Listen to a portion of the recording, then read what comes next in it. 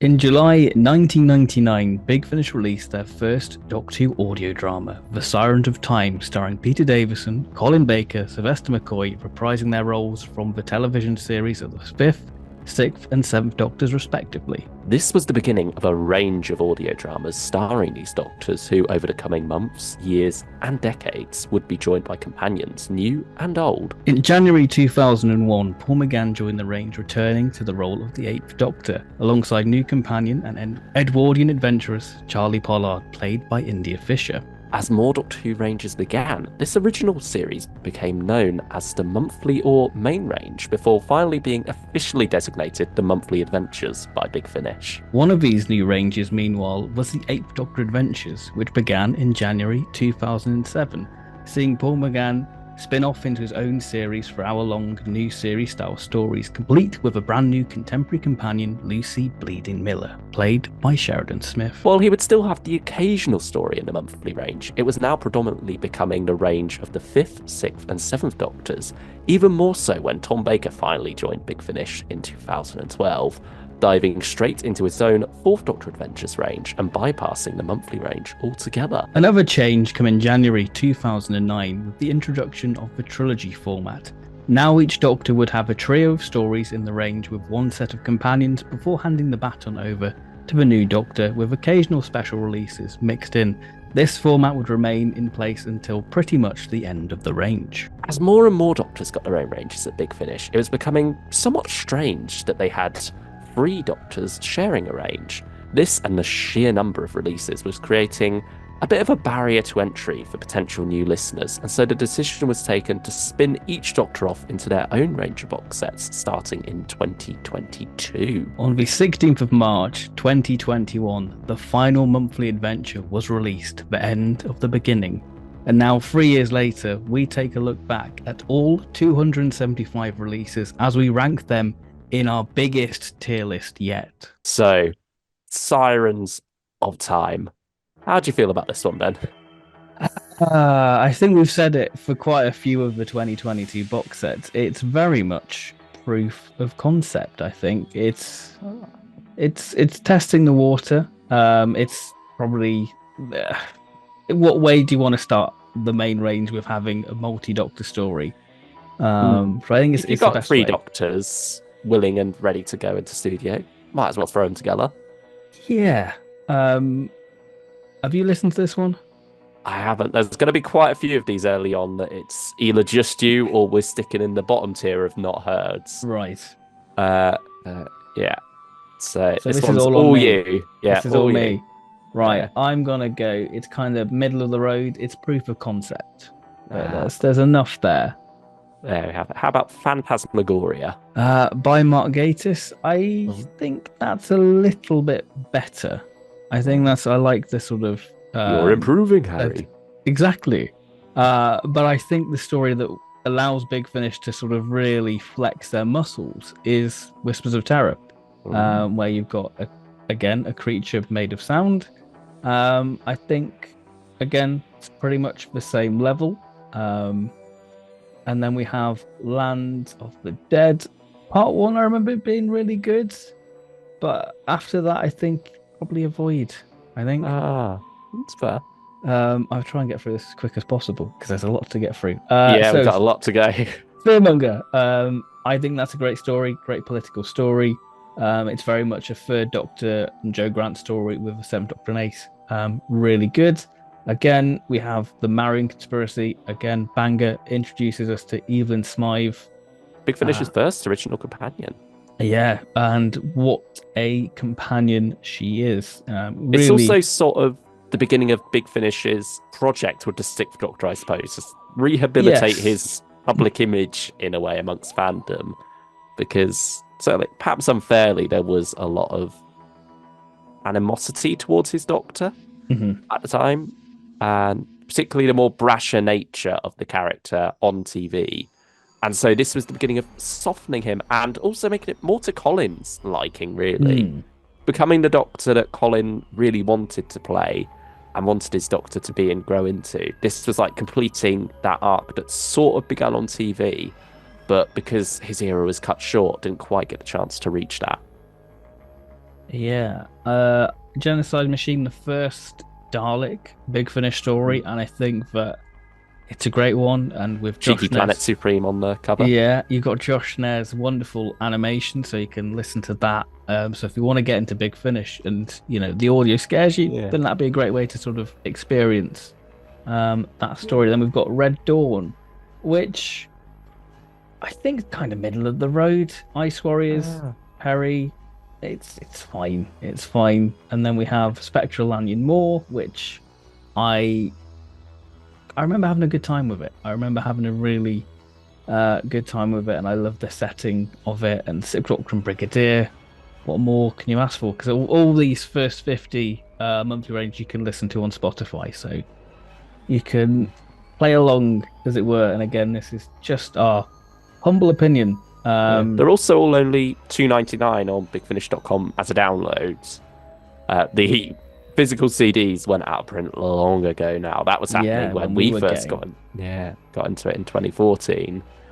Uh, So if you want any of these physically, some of them you have to pay a pretty penny for over on eBay now, don't you? mm, But yeah, yeah, Winter for the definitely.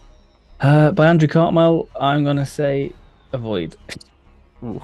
Not too keen on that one. Apocalypse Element, I think Sixth Doctor in Time War shows the scale and the evolution of how far Big Finish have come within the first 11 releases, really. Fires of Vulcan. If you want to get a bit of Mel redemption, we've had Sixth Doctor redemption. This is Mel and Seventh Doctor in Pompeii, and it's one of my favorite Seventh Doctor audios, actually. Shadow of a Scourge. I started, but I can't remember, so I'm going to class it as not heard. That's fair. Um, Not got Holy a fair Terror. crack of the whip yet. Ooh. Have you listened to Holy Terror? Have you got I've this one? not. I've not listened to this one. Uh, really, really, I've got to put it. Stories of Beauty. It's a good one.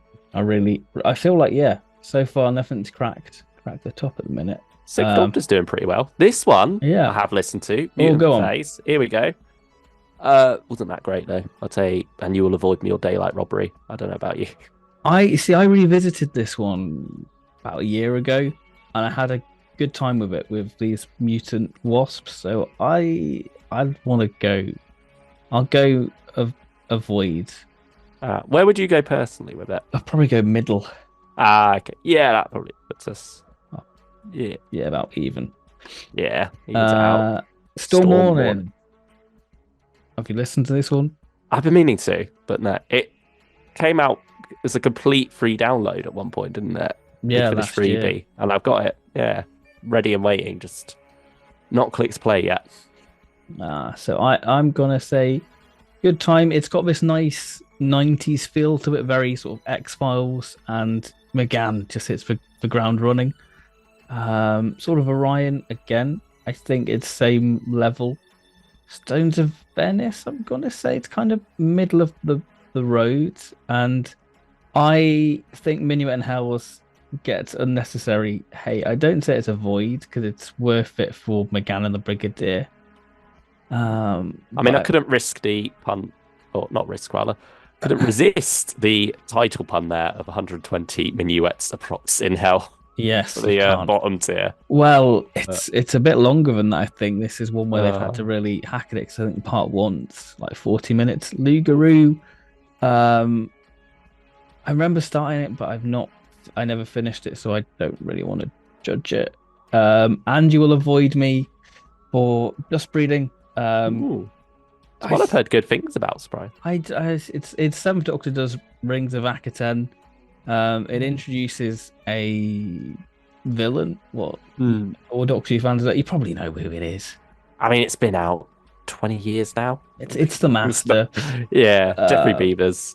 yeah. So this is my first main range story coming up, Blood Tide. So have a I have a soft spot for it. So I'm gonna put it there. I think it's a good story about sort of Silurians and evolution. Is this going to be the first Siren to quality? I think it is. Project Oh, there we Twilight. go. I love it. I think it's one of the best Colin audios. It's dark, vampires, links back to State of Decay brilliantly. I have the Scorpion. not heard. Um, I'm not. Yeah, I've not listened to many Aramim stories. Mainly because I don't like the idea of Aramim because Cave Donjani, the Fifth Doctor's laying down his life for a complete stranger, not because he's been on so many adventures. Cold It's David Tennant is in this one. Introduces us to Klein, one of the sort of anti-companions for the Seventh Doctor, really. I mean, it's funny when you look at the gap between her introduction here and when they bring her back again. I think 2009, isn't it? Yeah, 2009, 10. Yeah, I think it's definitely around then. I'm gonna go. It's solid. It's a solid one. Then Primeval, a very underrated one. I think this is a bit of a guilty pleasure. It's basically Cage Anjani with Nissa and sort of the beginning of sort of Traken society. Really interesting stuff. So I'm going to put Memories of a Good Time. Is that a hot take? I think that's a hot take. That's a hot take, but I am a 1 to 50 expletive. One Doctor, not heard. And same for Invaders of Mars. I have heard Chimes of Midnight. Go on, take it away. I feel like I've done all the speaking. I mean, it's Rob Shearman. It's a brilliant little Christmas story, isn't it? I'd probably go Stories of Beauty for this one. But I mean, Sirens of I wouldn't say no to Sirens of Quality, though. It is a very good Sapphire and Steel-esque story, isn't it? But it was voted the best. Yeah. Part of me feels like it's maybe slightly overrated. I think it is overrated. But at the same time, I don't want to let that stop me from putting it top tier. So I think it's up to you. I think the comment section will be getting a lot of hate going, how dare you not put it there? Yeah. It's good. It's not my favorite McGann monthly. It's not even my favorite McGann Christmas story. Same here. But speaking of my favorite McGann, it's Seasons of Fear. Oh. With favorite of any McGann or McGann monthly? I think it's up there in my favorite monthly McGann. Because it's got this lovely 1960s Hartnell Quest feel to it, and it redeems a Fourth Doctor villain, what you least expect.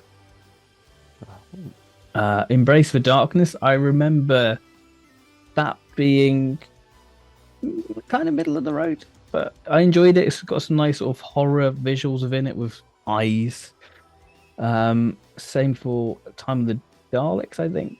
Daleks quoting Shakespeare. Neverland Part 1 I struggle with, but it's important because it starts to conclude the Web of Time stuff, so I feel like it's middle of the road, but kind of avoid. But it's important for the overall Charlie thing arc, really. Spare Parts. Yeah, I've heard this one.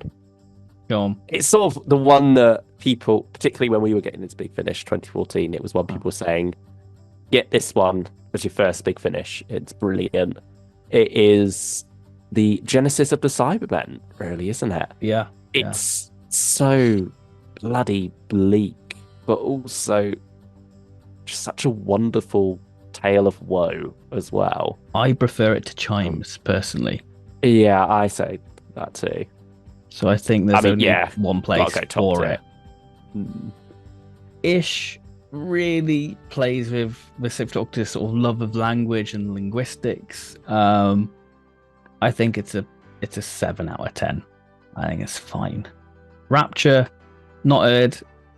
Seventh Doctor and IB for no thank you. Sandman, Sixth Doctor's a villain. Interesting idea. Got Annika Wills in it. I've not heard it. I've not heard great things about it. Same for what's that one called? Church in the Crown. Church in the Crown. Yeah, I've not really explored Erin, like I said. Bang Bang a Boom. Hell. You love Eurovision. You love Eurovision. Have a great time. We've got our first bottom tier. Yeah, I'm not a fan. It's season 24, and if you like that camp, you'll have a good time. But season 24 is not my favourite Doctor Who. Jubilee. Have you listened to this one? I've not. Is it your flavour of Doctor fake Who? fan. I think that I'm definitely handing in my fan card after this video comes out with the amount of these I've not heard. We'll get to my time soon. Well, about 200 stories. Yeah. Necromantia. It's got to be down there, hasn't it? It's got to be down there. Dark Flame. Again, it's a Virgin New Adventure style story. I went to Lisa Bound when it was like, this is great. This has got me into Benny stuff. She's like, oh, that's a brave choice. And I was like, is it hated? And she's like, yeah, fans don't like it. But I think it's kind of middle. I think it's fine. I feel like I might get hate for this. It's Doctor Who does a musical, Doctor Who and the Pirates. Do I put? I go middle. I think it's all right. Creature of Beauty. I've not heard this. It's a non-linear story, told out of order. Like I think part 4 is part 1. I've not listened to it. Project Lazarus continues the project trend and starts sort of the Forge. Well, starts to build the big Forge arc within it. I think it's definitely up there, and it's not your conventional multi-Doctor story. Flip-flop, you can listen to it in either order, and to be honest, I think it's a nice gimmick. I love the experimental nature of the 1 to 50s, but that just never really struck a chord with me. And then we have Omega, which has one of the best Doctor Who cliffhangers out there. I really think it's one of the best for that. So I'm going to put Memories of a Good Time. I think it's the weakest of the villains trilogy. I think Davros is a step up, and it gave us Davros and explores, some great themes of Davros. But I think my personal favourite is Master, and I think it's one of the best in the monthly range. Oh, how about Zagreus? Do you know, I think Zagreus, it's balls to the wall madness, and I think that it's the 40th anniversary, and I think it's one of those stories where it sort of shows you can do a multi-Doctor story without, cast members being their original characters. I have Memories of a Good Time. It's got Pertwee in it, so I think that gives it an element, pushes it up a little bit. Yeah. Using the devious audio, the Wormery, Iris Wildtime, and the Sixth Doctor. I've not heard it. We've also now done 1 to 50 of this. Yeah, we're 225 to go. I feel like we're flying through. Yeah, we're doing well. Scherzo is a wonderful two-hander with Paul McGann and India Fisher. I think it's probably my favourite Rob Sherman script. I think it's beautiful with the monologue of the Foolish King. Brilliant. So from that high to one of the lows of the start of the Divergent arc with the introduction of Kariz with Creed of a Croman, it's absolutely hell. It's grim. It's horrible. I do not like. And then we have the Unnatural History of Fear, quite experimental in what it does with the main cast members. I mean, you can sort of tell this lot are a bit experimental by the covers alone. I think it's kind of middle of the road for me. Twilight Kingdom, I've not heard. Access of Insanity, I think avoid. It's got a nice little link to Dark Water, the Peter Capaldi Series 8 story. Arrangement for War, I have Memories of a Good Time. It's a great story for the Sixth Doctor and Evelyn. It's very much dealing with the aftermath of Project Lazarus. And then we have our introduction to another new companion, Hex, with the Seventh Doctor in The Harvest, which starts an interesting trilogy of Cybermen with what it does for them. It's one of the weird ones. I think avoid. I think it's one what I've grown to love every time I've listened to it, but it's nothing stand out for me. Roof of the World, I've not heard.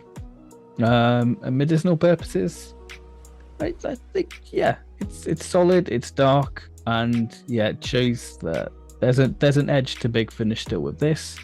Another David Tennant one.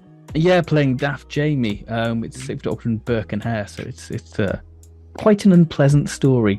Faith Stealer, I have memories of a good time. Really great concept of sort of capitalism with different sort of religions and faith. I think that's quite great. The Last, I've not listened to. Same with Kedroya. And same with The Next Life. I think this is my least explored area of Big Finish, I'd say, the 51 to 100s. Juggernauts, I have memories of a good time. It's a solid Sixth Doctor. Anything with Colin and Davros, you're going to have a real great time. We've got The Game. I need to scroll down now because this tier list is massive. Let's just look at that. We barely made it dead. A blooming lot of them. There's a blooming lot.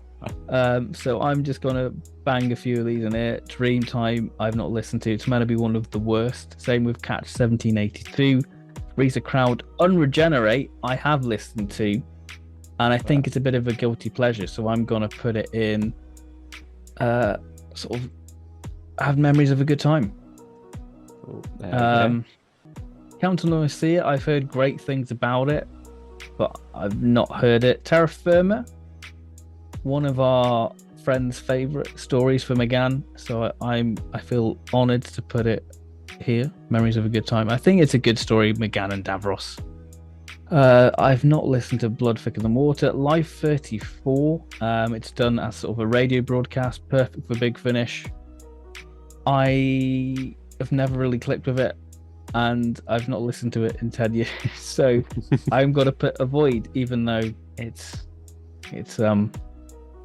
supposedly one of the great ones, but not for you. Not for me. Scaredy Cat does McGann dirty, so it's 3 parts. Singularity, I've not heard. Other Lives, I think that's a really great story for careers. Peer Pressure, I've not heard. Night Thoughts, it's a belter. I really like that one. Time Works, I've got a huge soft spot for, and I want to put it higher, but I've got to scroll. I'm going to put it higher because it was one of my first Big Finish, so I've got a huge soft spot for it. Kingmaker, this is going to become very fun by the time we get to like the 200s. Yeah, I'm just trying to scroll. I'm going to try and scroll. Kingmaker, come on, we can put you higher. No Fountain, it's a great comedy story. Love that one. I feel like I need to make the screen a little bit smaller, just so it makes it a bit easier for us.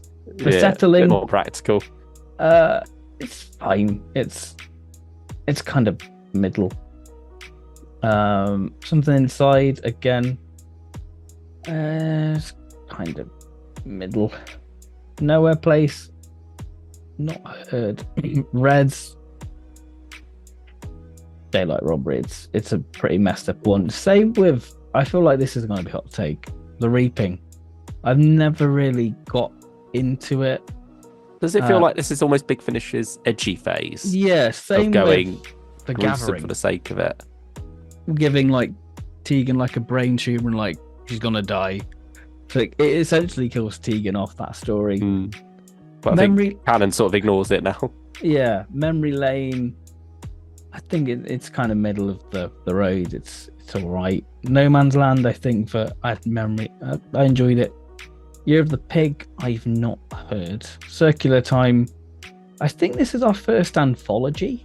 Yeah, I would say, because it's like each one's named after a different season, isn't it? I had memories of a good time for that one. Nocturne, not heard. This Renaissance of the Daleks, absolute trash. Absolute trash. Do not like. We're now in the Sidebar era. Yeah, we're flying. Making progress. I feel like we've barely made a dent. Megatron, I've not heard. Valhalla, Michelle Gomez and McCoy, it's kind of middle. It's all right. Wishing Beast, I remember listening to it and I couldn't really finish it, so I'm going to say avoid.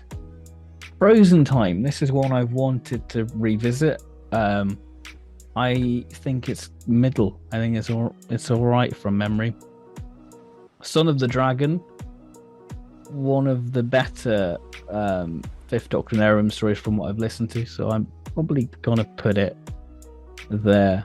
Back down we go. 100. We've got 175 to go. Yeah, there we go.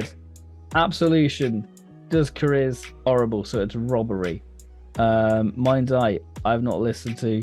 The Girl Who Waited, I for Charlie's departure, I think it's a bit lackluster. Is it actually called The Girl Who Waited? The Girl Who Never Was, sorry. Yeah, I didn't want to correct you because I didn't know what it actually was, but I swear that's not it. Amy on the Brain. Amy on the Brain.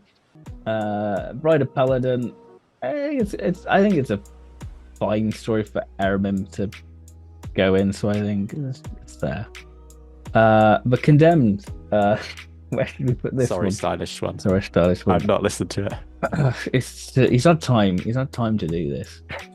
I think it's good. Dark Husband. It's meant to be one of the worst. I've not heard it simply because I don't want to subject my ears to that. The Haunting of Thomas Brewster, a controversial figure in Big Finish. Thomas Brewster. It's really going for like the Artful Dodger Oliver Twist feel with it. I think it's kind of middle. Assassin in the Limelight, I've not heard. Death Collectors, I think the idea is great. How about the execution? It's kind of middle. The Boy That Time Forgot. I mean, this is the story that Time Forgot. This is definitely just sort of wiped away from canon. Not officially, but just everyone knows it. Yeah, I listened to it and I got through like one episode, like it's not bad, and then I got to part two, I was like, I see why it's kind of trash.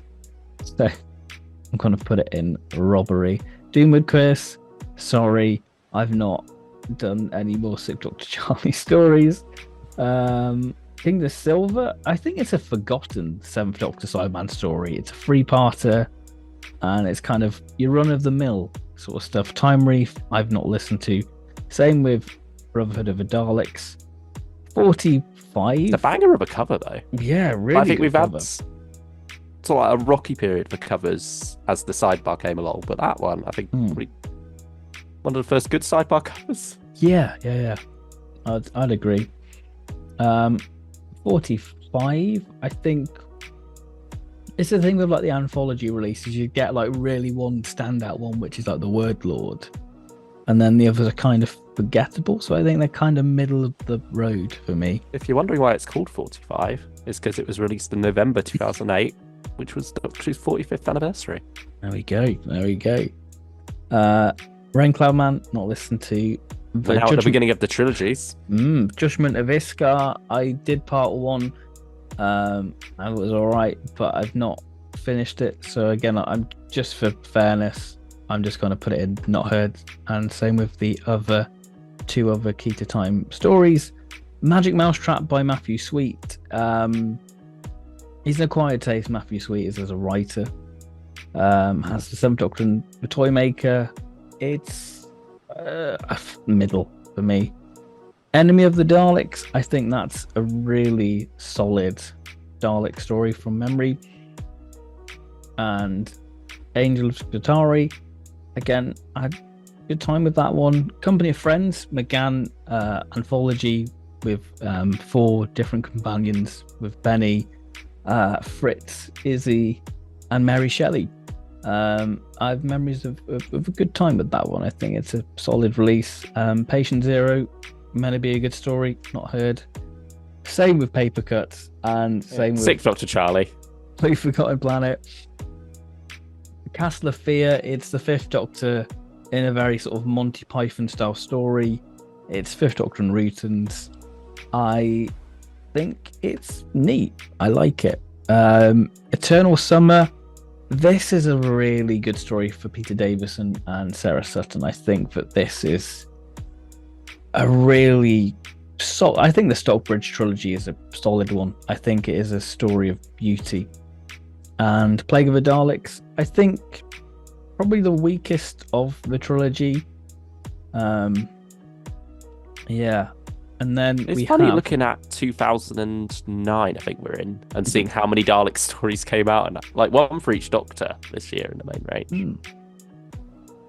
Sorry, take it away with. I was just getting a bit of hydration. Oh yeah, go for it. So you need it. Yeah, because I just feel like I'm rabbiting on. I'll help you soon.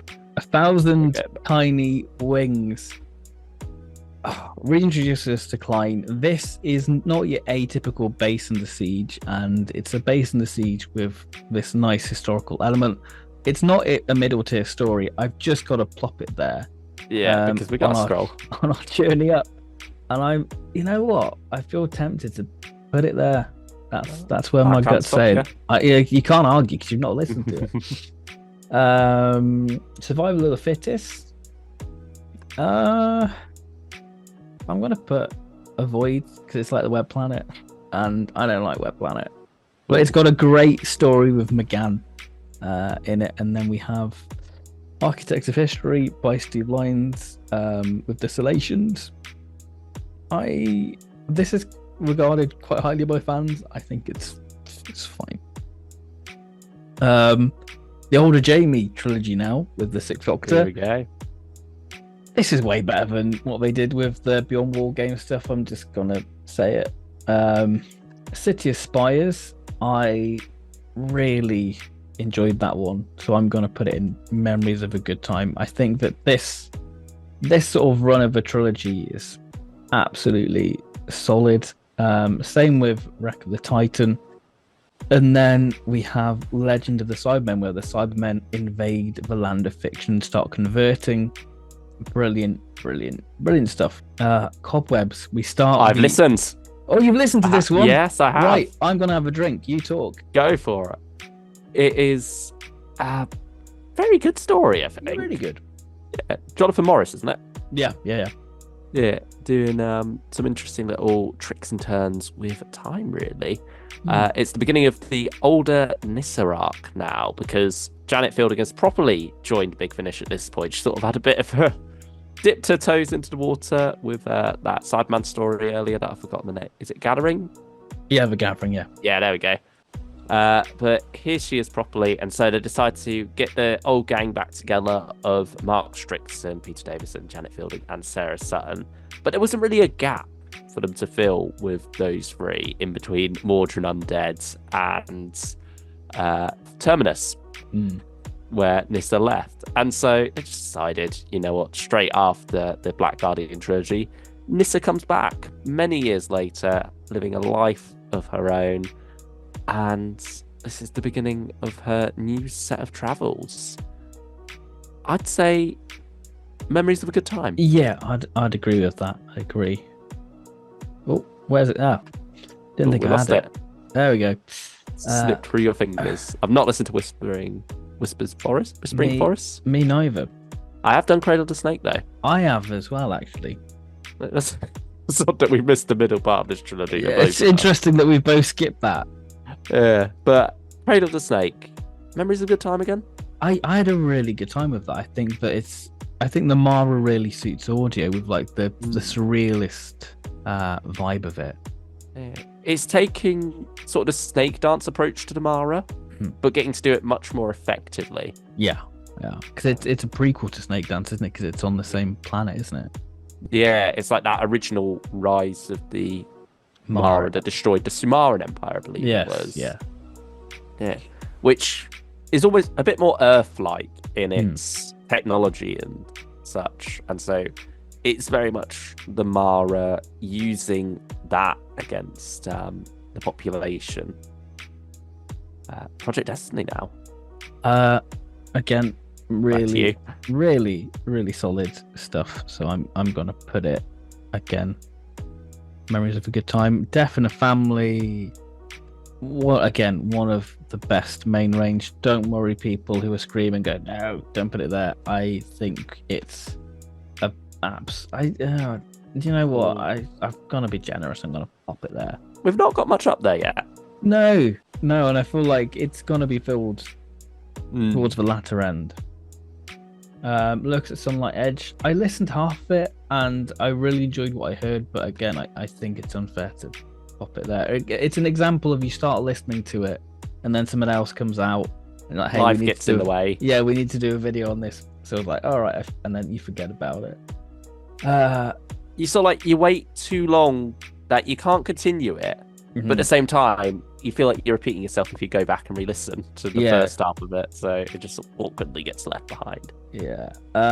Demon's Red Lodge. I think it's another anthology. Yeah, I think it's kind of middle of the road. Fifth Doctor's probably the one with the most anthologies, I feel. Yeah, he's definitely the anthology Doctor, isn't he? I'd say. Yeah. First story with Flip here. Oh, it's up here. It's Crimes of Thomas Brewster. It's an absolute beauty. Or actually, I'll put it Memories of a Good Time. Actually, I had a good. I mean, it's got to be up there because it gives us Flip. And then Feast of Axos, I adore. It's got one of the most tragic moments of Evelyn just floating off in a spacesuit, and she's just, yeah, your heart goes out to Maggie Stables with that scene. It's great. And Colin Baker as an Axon, worth it. Industrial Evolution, I again started it, just never got around to finishing it, so I'm just going to put it in not heard. Is that the last Evelyn story? I think Maggie Stables recorded. I think so. Actually, looking at this, yeah, I think it is. Yes, and she did that companion chronicle as well, didn't she? But I don't know whether that was before or after. Yeah, Town Called Fortune. Here's Sontar, the first Sontaran. Another one for me. Oh, have you? Okay. Yeah. Go for it. Probably Annie will avoid me. Yeah, it's pretty. It's rubbish. Tried to do Dad's Army with Sontarans, but it's not all that funny. It's the Fifth Doctor trying to train him, isn't it? It's also very weird going back to a time before Dan Starkey voiced. And it's just John Sontarans. Banks, isn't it? It's just John Banks.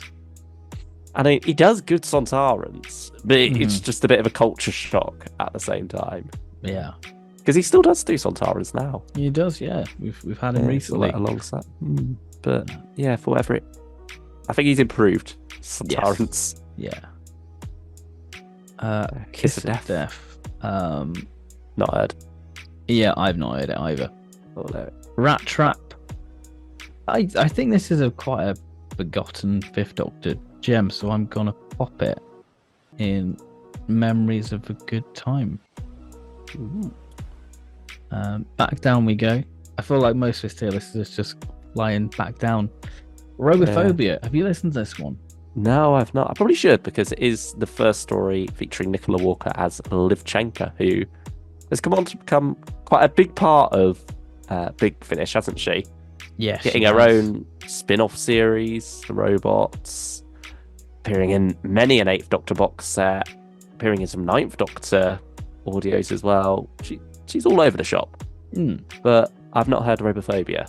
What do you think of it? I like it. So I'm gonna. How much do you like it?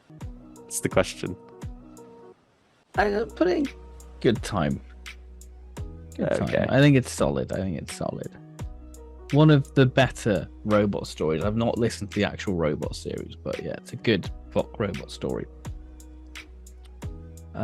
Recorded time, I've not heard. Same with the Doomsday Quadrant. We are now past 150.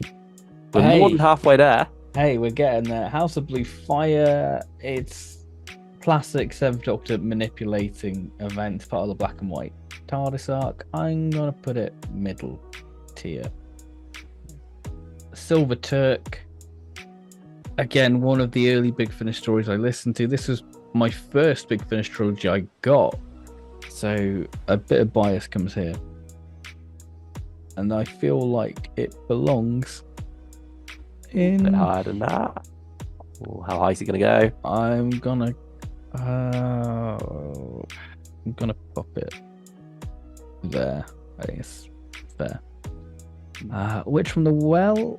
Again, I'm gonna put it Memories of a Good Time. Staying with Army of Death. Curse of Davos. You've listened to this one? I've listened to this. I've listened to this whole trilogy. Okay. So you got me for a little bit here with you. Oh, all right. Take it away. Take the reins. Curse of Davos is bloody brilliant. It's almost a new series style romp, which I suppose is helped by the fact that it's the proper introduction of Flip as a companion. She sort of appeared as a side character before as the same crimes of Thomas Brewster, but this is her joining the Sixth Doctor in his travels.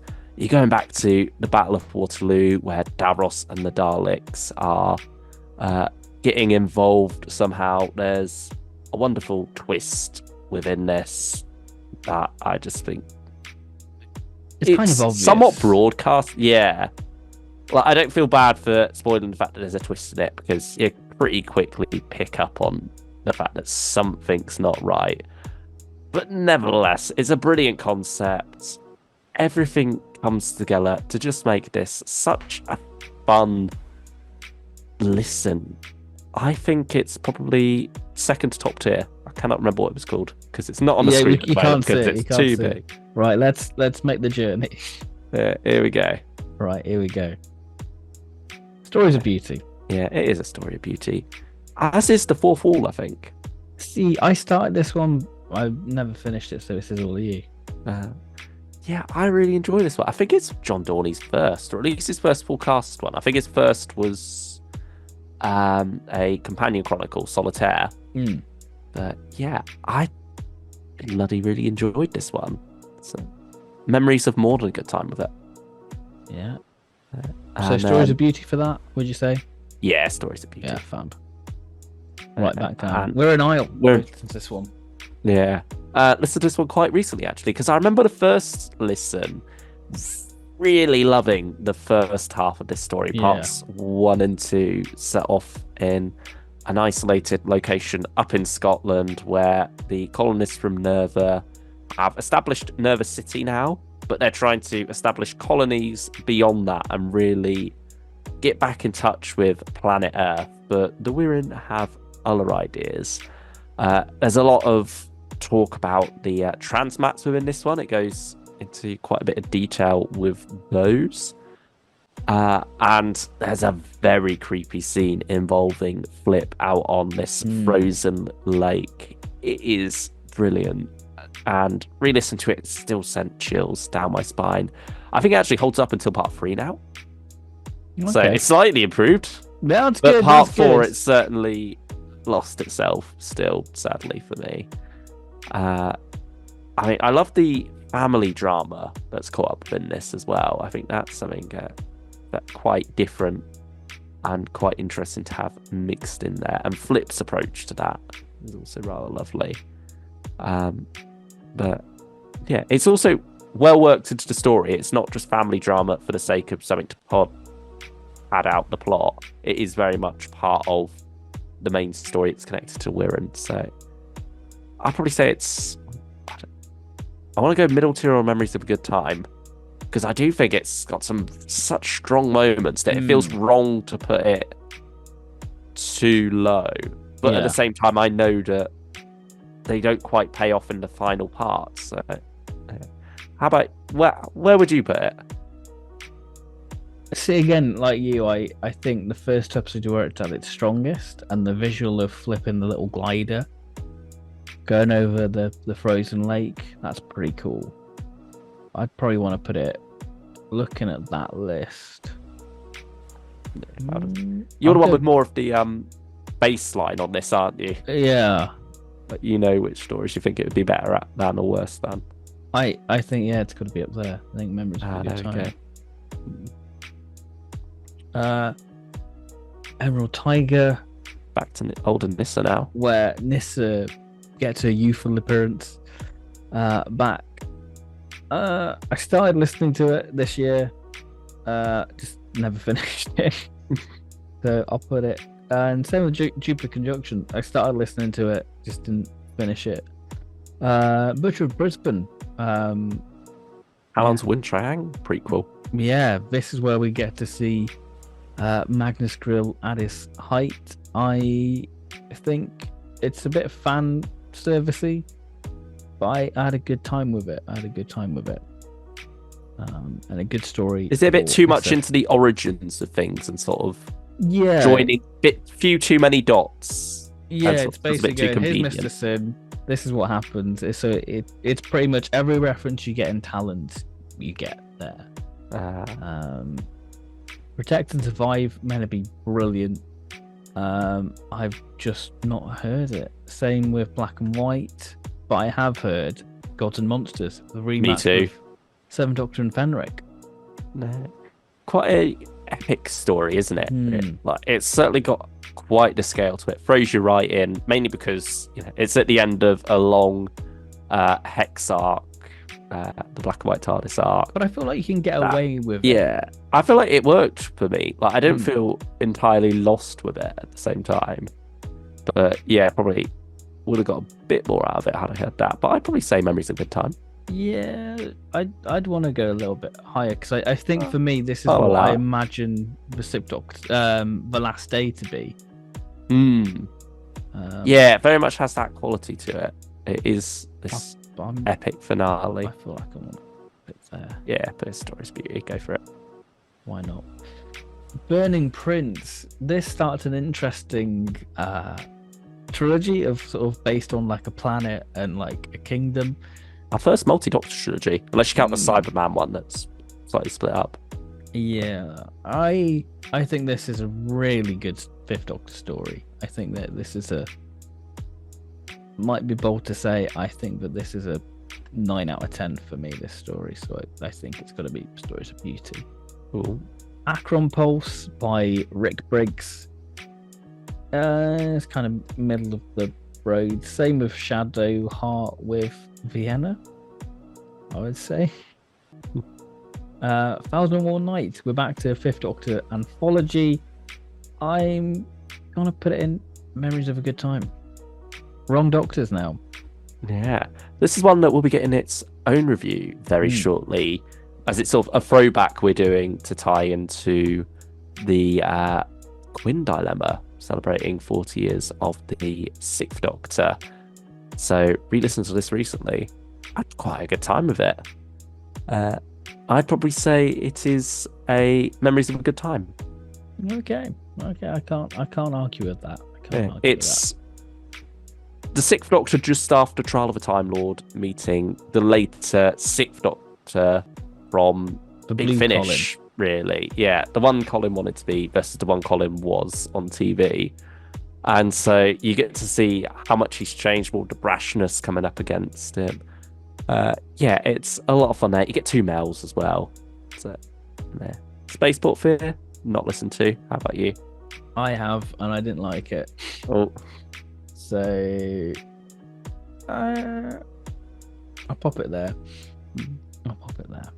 The first Eminence story to be released here, Seeds of War, which sort of seemed like it was going to be quite a big villain.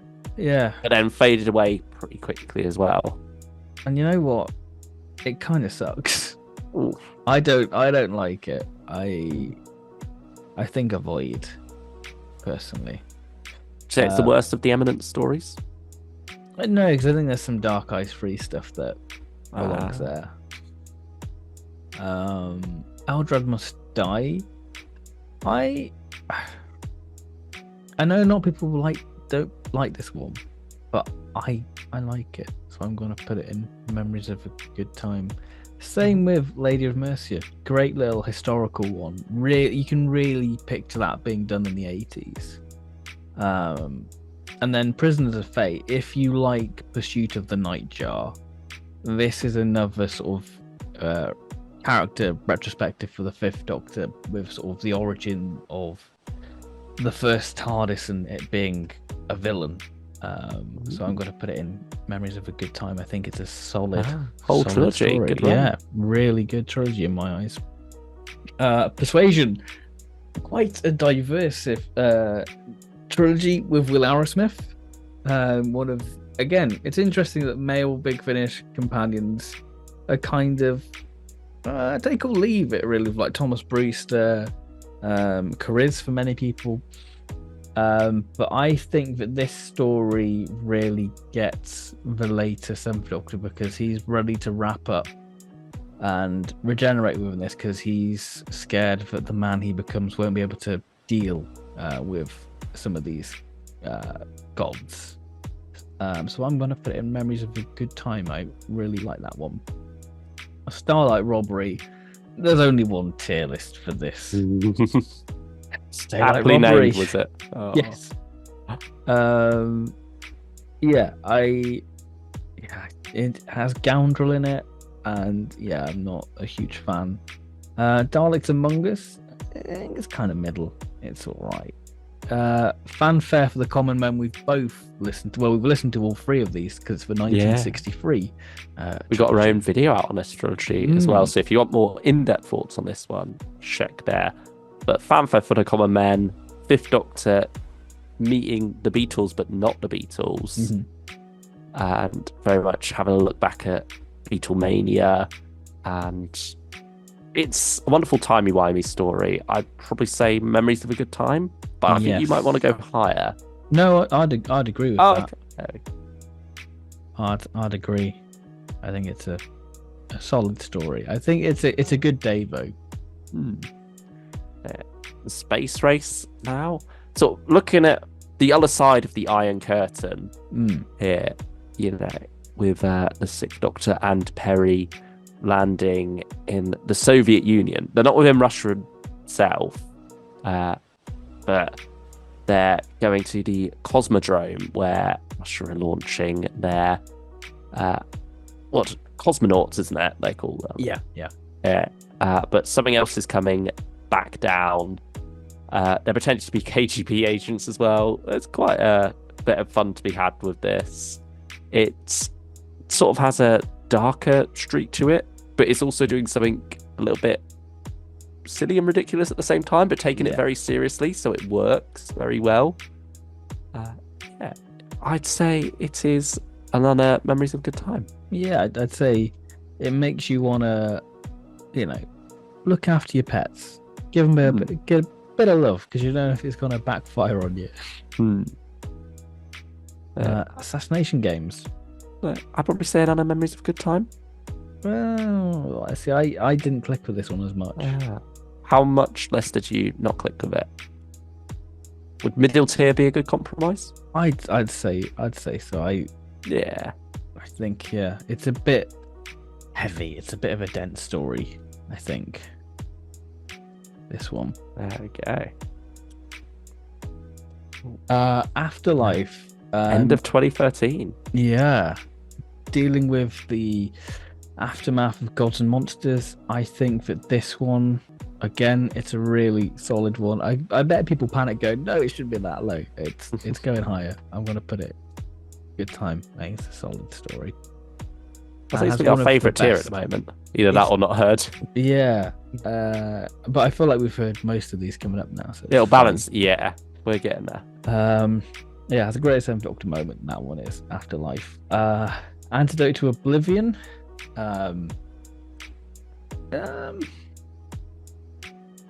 Looking at what we've got left, there's still more left than what's in our average tier list. Yeah, this is mental. I'm gonna put it in middle. I've listened to part one of this one, but never felt like going back to it. It links back Same to with Brood of Ares. Mission to Magnet. I've listened. I prefer this one actually. I had a good time with it. It does sort of the sentient planet, much like same with Crimes of Thomas Brewster actually. Very much. Well, when you got 275 stories, there's only so much variety you can get there in ideas. True.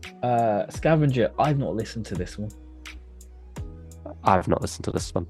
I've got it. I've not listened to it. Yeah, I mean, I've got all of these. And you can see that I've not touched a few of them. Or started to. There's only so much time. That's true, and there's so much coming out. Moonflesh, I've not heard. Not meant to be good. Tomb Ship, I didn't mind it. I can see it why people would say avoid it. But I'll pop it in middle, I think. There we go. Masquerade, I've not heard. Breaking Bubbles and Other Stories, I've not listened to. No, neither. Revenge of a Swarm, I've got but not listened to. I listened to it and I thought it's the best of this trilogy from what I've heard. No. So I'm gonna pop it.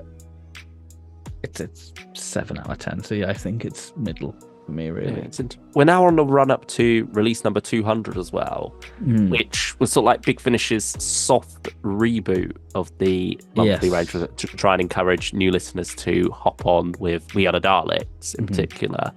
And so now we're looking at them wrapping up a few things like the Hex arc here, or Hector at this point. Yeah, but this is sort of like the wrap up of that. And then you also get the wrap up of the older Nissa one coming up shortly. So yeah, we're sort of in that period of the monthly range now. Didn't stop them starting Older Perry though. No, and we're still waited. Daylight Robbery for Mask of Tragedy, and then Signs and Wonders I've not listened to. Widow's Assassin, I love. I think this is a great one. Yeah, I've heard this one. I really enjoyed it as well. I think we're all back wild in this now. Stuff. Yeah. Probably Memories of a Good Time. Yeah, I'd agree. Yeah. Memories. Let's find it. There it is. There we go. But yeah, the gem of this trilogy, though. This is top tier. This is it's going right up there. Masters of Earth, a prequel/sequel to Dalek Invasion of Earth, where the Sixth Doctor arrives a couple of years before his first incarnation comes along and thwarts Dalek's plans. And so here he's unable to do anything to help the human race. But at the same, he's gotten involved in events nevertheless, so he has to make sure that history stays on track for the sake of his earlier self. He can't allow himself to be captured and let the Daleks drain his knowledge, because that would then change the future. But also he's got Perry with him, who they've been apart for a good while. And so, she's much more independent of a character at this point. She's not someone who will let him push her around as much.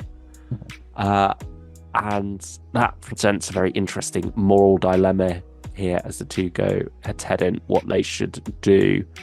And also, she gets put through the ringer in this one. I mean, this whole trilogy throws a lot of Perry, but this one in particular, what it does to her. But it had me on the edge of my seat listening to it. I love it so much. It's brilliant. One of my first monthly range stories. Yeah, got it at the time it came out, because as soon as this was announced, I was like, yeah, that's right up my street. I need that. That cover is gorgeous. It's one of my favourite covers, I think. Yeah, everything about it is so wonderful. So yeah, definitely top tier Sirens of Quality story. And then Rani Elite closes out the trilogy. The return of the Rani, who is now sadly quite missing again. Siobhan Redmond here, donning the role after the sad passing of Kate O'Mara, who was originally lined up. This was at least partially written with her in mind. Yeah. But yeah, nevertheless, quite a strong story, I'd say. I remember, because it's sort of set in a university on another planet, I remember listening to this one around the time I was just choosing which university to go to, or at least, putting down the options and such. And so that was quite a fitting listen for me. Probably Memories of Good Time, or maybe Stories of Beauty. I'd want to go Memories of a Good Time. Yeah. I think it's fine, but I think it's the weakest of the trilogy, I would say, for me. Yeah, I don't know whether I slightly prefer it to Widow's Assassin or not, but yeah, I'd say they're both on a similar level. Mistfall, one of the shortest monthly range stories. Like, I believe one of the parts is only like 17 minutes. Yeah. Was it? Yeah, it is a brisk one, written by Andrew Smith, who also wrote back on TV Full Circle, which this is a sequel to. It's the return to E-Space. It's the beginning of the end for the older Nissa arc. And it's just Memories of a Good Time, really, I think. Yeah, I prefer this to Full Circle, actually. Oh. I think this is a good one. Equilibrium. This is one of the most surprising ones, because you look at the cover and you think, oh, it's going to be a bit dull, but I tell you what, Fifth Doctor does Frozen. It's so good. What do you think when you look at the cover? Yeah, it's got a brilliant concept of like preserving energy in a closed system, and how that applies when you put it into a social system where people have to be culled in order to keep the number of the population the same so that the resources aren't wasted, and such is the idea that they've come up with for the society. But, it was quite a horrific idea and not really the way you'd want to build a society, really. So the Fifth Doctor and crew are here to change things, as always. Wonderful concept, wonderfully done, wonderful music as well. Quite a beautiful music suite in this one. And it's amazing how all three stories link to flow into there's one good to another. cliffhangers, isn't there? It all flows very nicely. I'd probably say Story Beauty. I'd agree. Who'd have thought Equilibrium would be up there, but it is. It's a really good one. Now we come to the end of the second E-Space trilogy, the end of the Odd Anissa arc, Entropy Plague, which I think you're a bigger fan of than me. So I think it's my favourite of the trilogy. Yeah, we are also now into the era of Big Finish where I was subscribing to the range now. Rani Elite was the first in my first monthly range subscription. 12 releases, so ended crisscross maybe. I don't know. I started with Mistfall, so I think mine ended at Shield of Jukton, I think. Oh, mine would end with Planet of the Rani, funnily enough. Fitting then. Rani to Rani. But yeah. Entropy Plague. What do you think? I remember loving it. The sort of, you've got this sort of very Moffat style villain within it. I really like it, and it really explores entropy, really. And I think after it being a bloody bleak one as well, after it being referenced so much in 80s Doctor, it was great to finally witness it. Yeah, like there's something that's mentioned in State of Decay all the way back then that's finally paid off. What is the wasting? Yeah, we get to find that out here. Not a Story of Beauty, maybe? I think so. I'd probably more go Memories of a Good Time, but I know you really like this one. So. I've got to support Davo and go, hey, he's really good. The Defectors now. Yeah, this is the beginning of the Locum Doctors trilogy, which was sort of our look at how Big Finish would approach the eras of the first, second, and third Doctor at this point in a full cast setting, because we'd only really had the Companion Chronicles, and the early adventures were just starting out. Third Doctor adventures hadn't quite come along yet. It was September 2015. Yeah. So it was April 2015. Yeah. This almost feels like a precursor to that, really, where basically the 7th, 6th, and 5th Doctors have swapped places in their timelines with the 3rd, 2nd, and 1st Doctors, respectively. And so here you get the 7th Doctor teaming up with Joe Grant in a more 60s style story in some ways. I see that. Yeah. It's very interesting into actually looking back at it. Yeah, I mean, both by Nick Briggs. Yeah.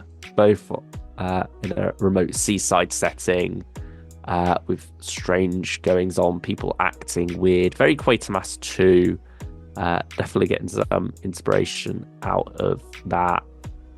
I think probably middle tier for this one. Yeah.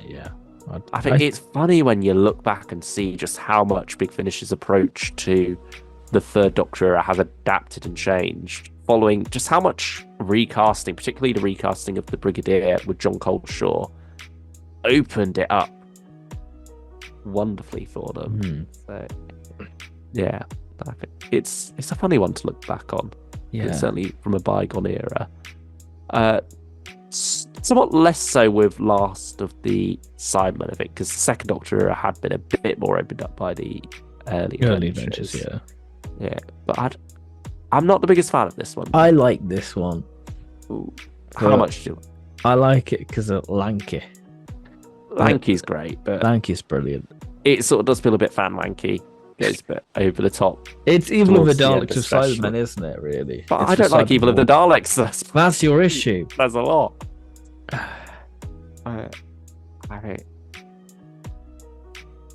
It's got its moments. I put memories of a good time for me. I'd probably go and You Will Avoid Me. So middle tier. Middle? Yeah. Yeah. Go middle. And then probably the best of the trilogy now. Mm.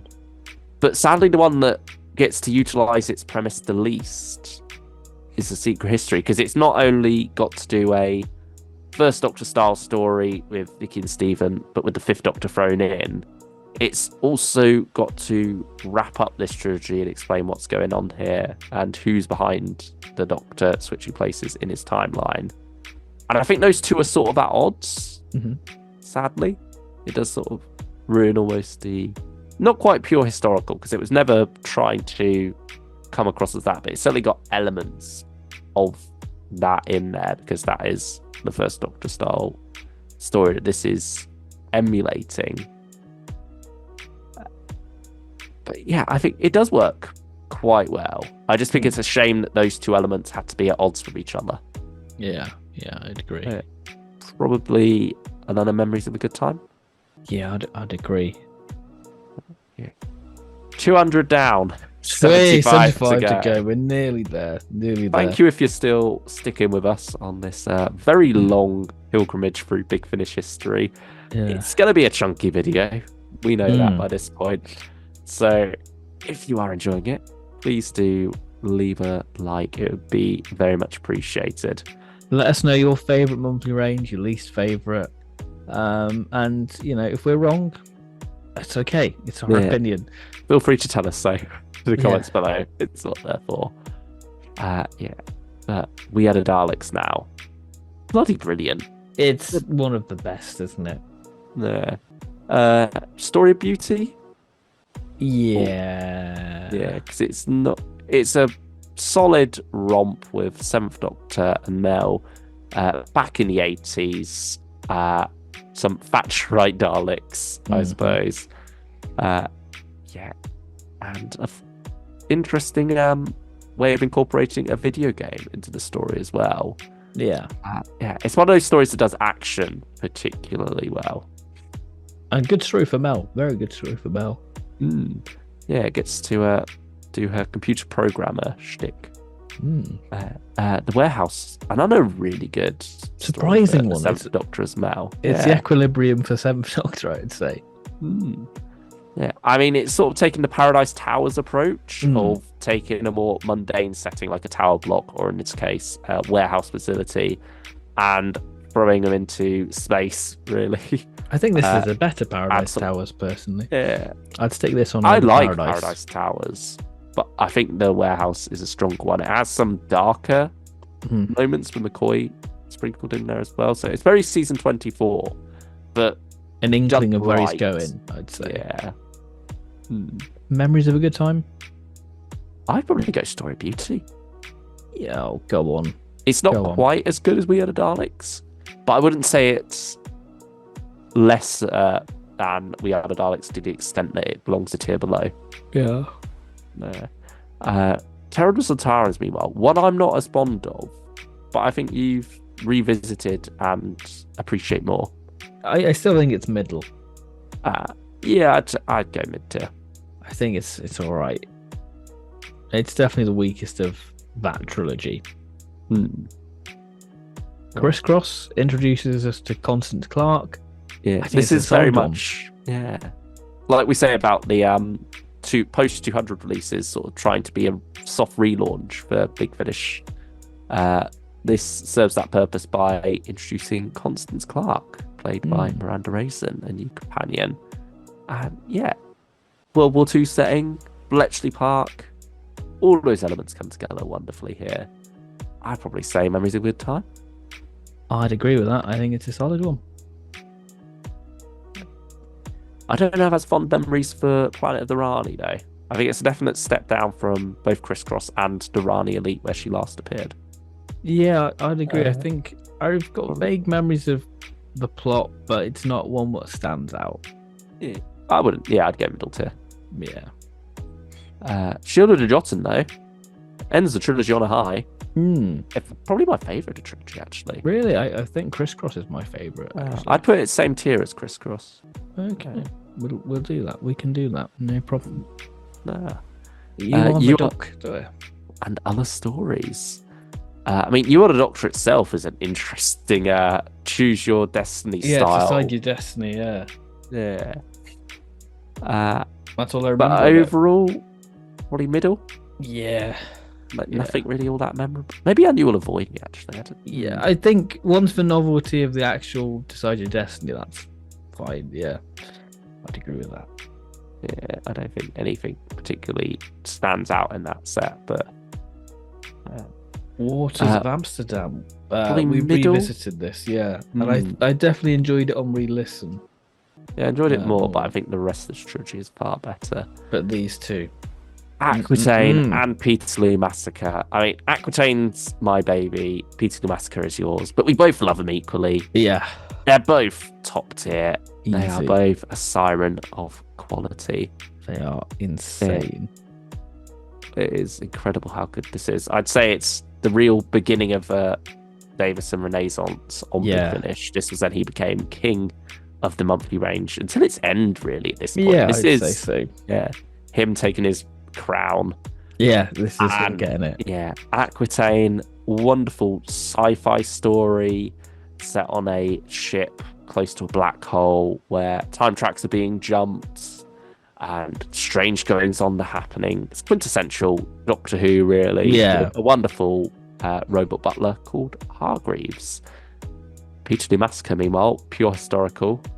Give it a bit of love. It's such a wonderful, dark, gripping, compelling family drama with such a heart to it, and just the foreboding nature of it, building up to the actual massacre. And it's a story, it goes back to the roots of Doctor Who of educating you about lesser known historical events. And I mean, I'd certainly not heard of this before the story was announced. Yeah, and I think it highlights that, and it really sort of pays tribute to those people in it and what they went on the march for. And it's so brilliantly done.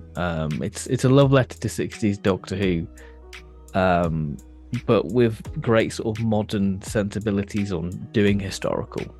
Really, I think it's one of the finest. The characters within it, as in the Doctor and Companions, are very well chosen for this story, because you got Tegan, who is very much, anti-class system, really, isn't she? Whereas Nyssa isn't for the class system at all, but at the same time, she comes from a position of privilege, and you also got the Fifth Doctor, a Time Lord, very well-spoken, very English gentleman. Nevertheless, he is quite anti-authoritarian as well, and will rail against this stuff. But at the same time, him and Nyssa are comfortable in that world and sometimes blind to the injustices that Tegan picks up on more. So I think it's wonderful set of characters to work into that setting. And I think also just wonderful having these two back to back. Yeah, showing very different styles of Doctor Who story. There's a range there, but at the same time, both very strong in quality. Really good. And You'll Obey Me. Scroll down. Nah. Beginning of the Two Masters trilogy. Fifth Doctor and Geoffrey Beevers here. That's the Crispy Master. Probably my least favourite of the Two Masters trilogy. I'd probably say And You Will Avoid Me. I disagree. I think Vampire of the Minds. Actually, where is Two Masters? Actually, is it? Have I clicked on it? Have I clicked on it? I don't. I may have missed it. Hey, it's fine. We can add it. It's all right. We can say where it is. We can say where it'll go. It's all right. We can salvage this. Yeah. I would say for me, it's middle. For me, but I'm willing to put it in And You'll Avoid Me because of the pun. There we go. And then Vampire of the Mind. This one, I quite like it. It links back to the Sea Devils, doesn't it? Yeah. It's the return to that island, the Master's Prison. Alex McQueen, I love. It's wonderful having him alongside a different Doctor from the Eighth Doctor. Those two work brilliantly together. But, it's just nice to mix things up every once in a while. And that's what this story does. It's sort of similar to the Rani Elite, though, in concept. Mm-hmm. You might be able to tell that from the big brain on the cover there. Yeah. But nevertheless, I rather like it. Even feels a bit Invasion-esque at times towards the start as well. So it has me on that front. Memory's a good time, I think. Okay. The two Masters have suddenly materialised here. Whoa! Oh, definitely no technical issues there. It's a big tier list. It's Please bound to have human error. Yeah. I'd probably say this is a above middle tier. Yeah, I like what it does. Hang on, what's going on here? There we go. Epic story. Where are we going to put it?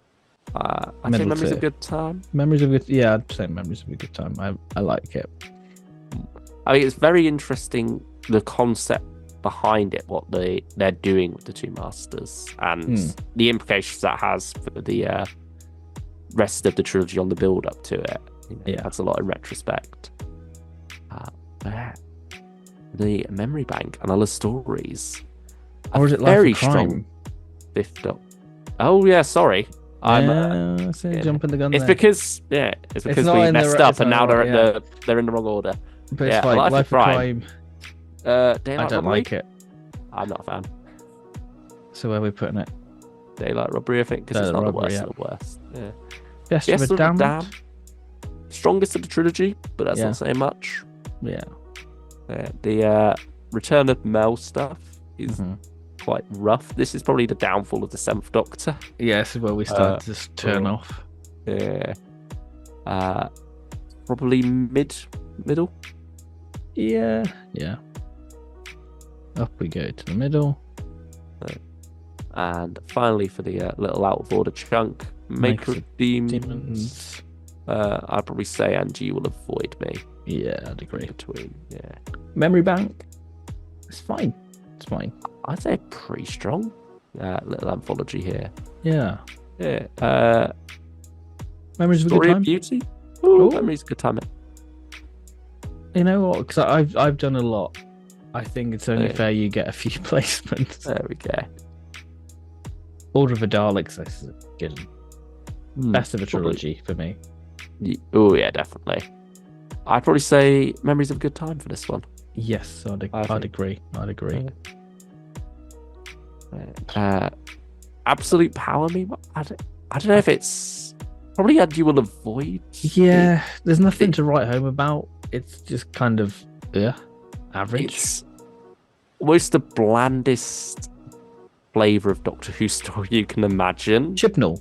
But at the same time, there's nothing like offensive, strongly, all that bad about it.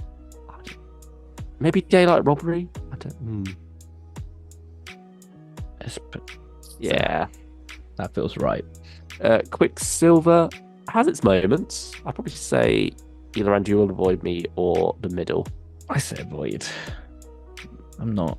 It was voted the best of the main. You're just salty about that, aren't you? I am. I'm just so I naturally hate it. Starmen, I think it's got such a wonderful 80s concept. Brilliant premise. Very large scale, this one. Galaxy spanning stakes to it. I feel like it falls apart a bit towards the second half. I think it picks the wrong ideas to stay with. I do really enjoy where it's going at first, though. I think part one's particularly strong. It's the first appearance of Adric in the monthly range. He had his introduction in the Fifth Doctor box set, which we love. So this is quite exciting having him join the monthly range, particularly at a time when the Fifth Doctor is really taken off. But probably a middle. Yeah. Contingency Club, meanwhile, I think is a very strong story. It's the return of Davo in his crown. Probably a good time or Story of Beauty. I'd say good time. Yeah. It feels very Jago and Lightfoot, I would say, that story. No, it's got the Victoriana setting. Zoltis, I think. And again, it's sort of dealing with class system and such, and you got Tegan in there, so it's always fun. But yeah, Zoltis, definitely a surprising one. Sort of an unequilibrium, really. Yeah. It's one I wasn't looking forward to that much, but surprised me. But yeah, probably Memories of a Good Time or Story of Beauty. Probably Memories of a Good Time, actually. But I don't know. I'll leave it up to you. Oh, I'll be good. I'll put it there. Alien Heart, Dalek Soul. So yeah, first double bill. So this is two two-parters in one. Alien Heart's a bit naff. Dalek Soul is brilliant. Probably puts it middle. Maybe Memories of a Good Time. I don't know. Okay. I'll put it in I'll put it in a Memories of a Good Time. Yeah, because I think Dalek Soul is very strong, so it sort of makes up for it. But yeah, Vortex Ice, Cortex Fire. I'd say this is the weakest of the double bill trilogy. Yeah. But at the same time, neither of them are the weakest stories. Yeah. So probably a middle. Yeah, I'd agree with that. And finally, Shadow Planet and World Apart. World Apart's brilliant. It is so strong. It is pretty much just the main trio of Hex, Ace, and the Doctor, exploring this very strange planet and then getting stuck there. Yeah. So I think that's fascinating how that is done. It's very creepy as well. Figures in the snow and such. It's got a lot of strong horror imagery. Shadow Planet, not bad. It's an interesting exploration of its ideas, but like your dark personality being let loose. Yeah. I'd probably say it's a Memories of a Good Time overall. I mean, yeah, mainly for World Apart.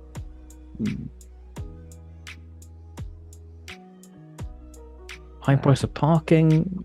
Really looking forward to this one because, again, it's doing that Paradise Towers thing that the Warehouse does of taking a mundane setting and building a whole sci-fi world around it. But it didn't live up to my expectations. It's probably an You Will Avoid Me. Yeah, I'd agree. Blood Furnace. I'd agree. Sort of going from season 24 to more season 26 territory with this style of story, but at the same time, it's a I don't 6 think it's out of 10 for me. It's not on the same quality as season 26. Yeah, probably You Will Avoid Me again. Will it be free for free? I doubt it. No. This is a good one, isn't it? This is probably the best, I'd say. Yeah, so we're a candidate. Either Good Time or Story of Beauty, actually. I do really enjoy that one. You know what? I'll pop it there. I feel. Well, that's a good one. Now we come to Time in Office. Another sort of anthology, sort of not. Yeah. This is picking up on the end of the Five Doctors, where the Fifth Doctor was made president of Gallifrey. And so the Time Lords have caught up to him. They brought him back to take up his responsibilities. You've got Leela alongside him as well as Tegan. I mean, I think you like this one more than me. Yeah, I love this one. Yeah.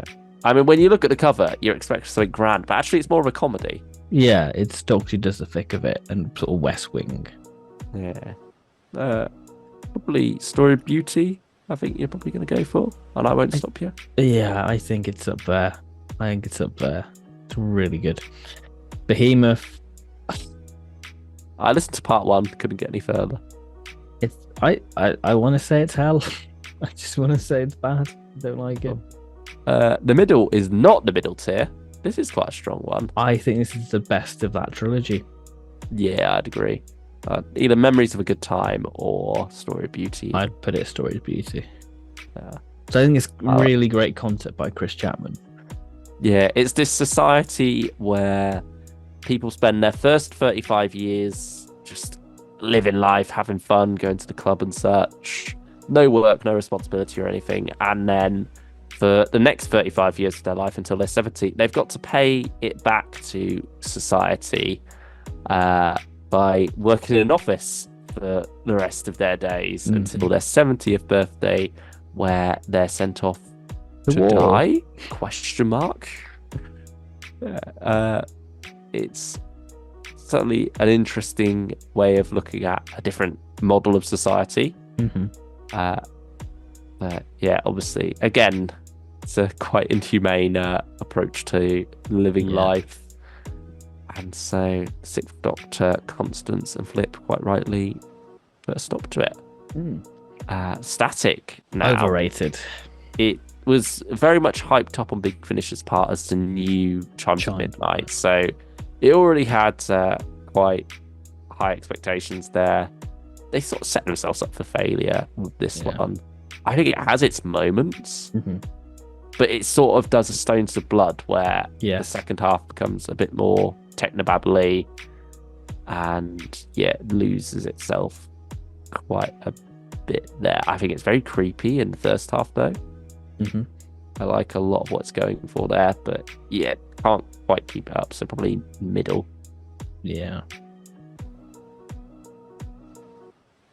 Kingdom of Lies.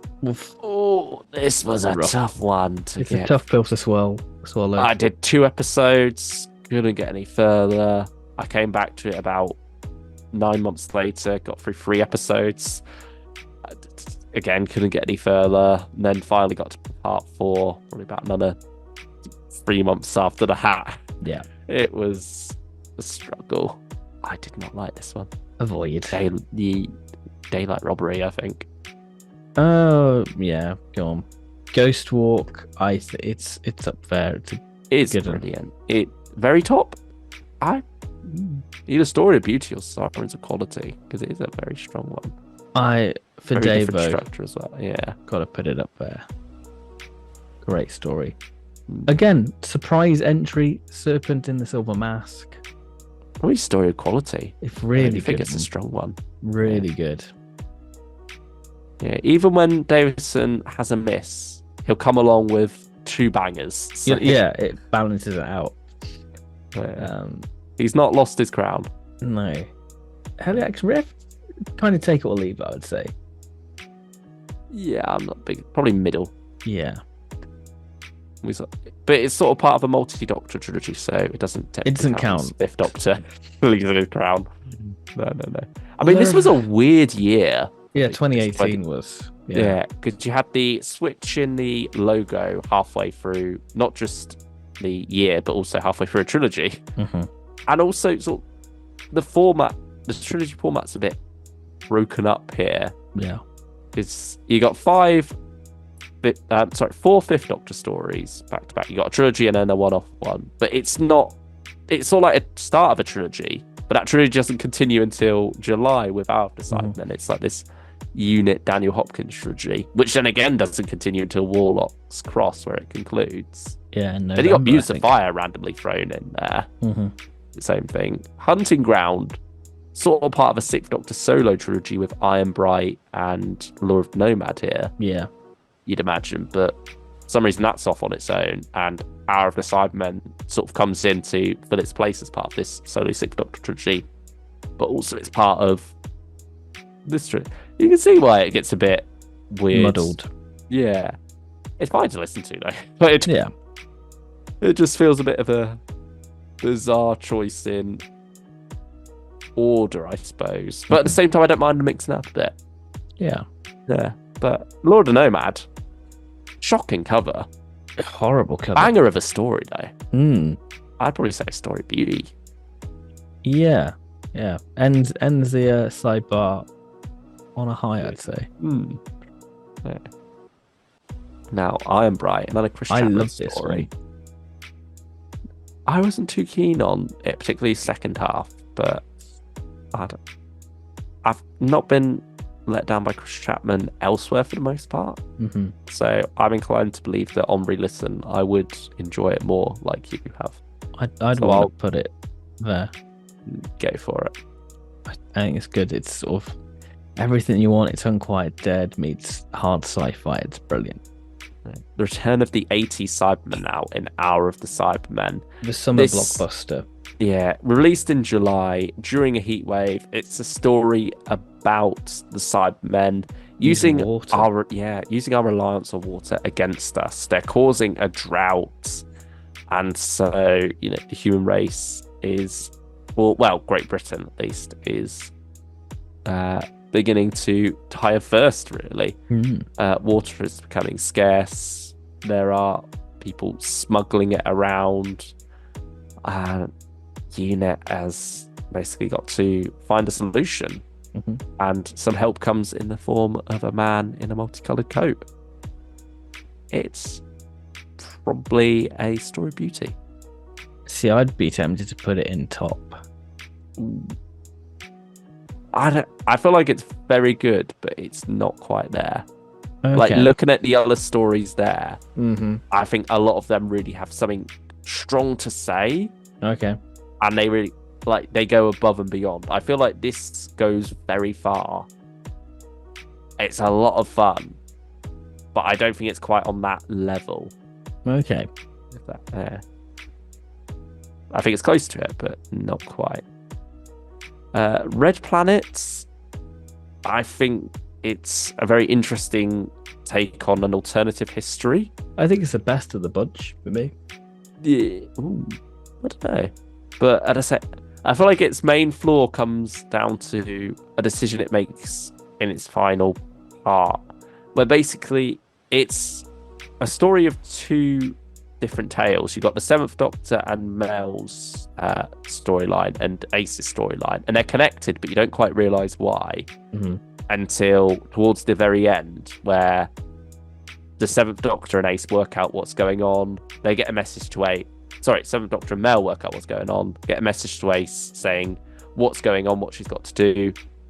And it's what she's been doing this whole time anyway, really. So it sort of renders the whole Seventh Doctor and Mel plot redundant, almost. Like, Ace is already doing what she needed to be doing. It doesn't dramatically change your perspective on the story when that reveal happens. It's all like, oh, well, that's what we were doing anyway, so keep at it. But I feel like that took the wind out of this one's sails for me. Probably a middle. Yeah, I wouldn't argue with that.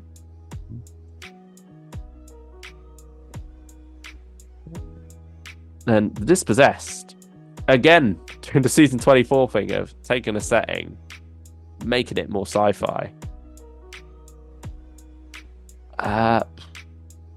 I like this one, but I hate this one. How much do you hate it? I actively dislike this one. Is it 120 minuets in hell for you? For me, it is. Ooh. For me, it is. I'd probably say, and you will avoid me, that would balance it out. So I'd want to go Memories of a Good Time. So we'll go middle. Quantum Possibility Engine, meh. Yeah. And you will avoid me again? Yeah, I'd agree. Like, no strong feelings. No. Warlock's Cross quite a strong one, though. I enjoyed that one. Probably Memories of a Good Time. Yeah, I'd agree. And then Muse of Fire. It's such a cozy story. It's a sleeper hit, I'd say. Yeah, I wasn't expecting something this just wonderful. It's very slow paced. You don't want it to end. It's brilliant. You're just sitting there enjoying the world and the characters. Really. I'd probably say Story of Beauty. I'd agree. Hunting Ground, it's a better Woman Who Fell to Earth. Yeah, it's very much dealing with that same concept of aliens using Earth as a hunting ground, really. Yeah, sort of trophy hunting, set in Iceland. It's got a nice printer in there. Yes, as sort of a companion.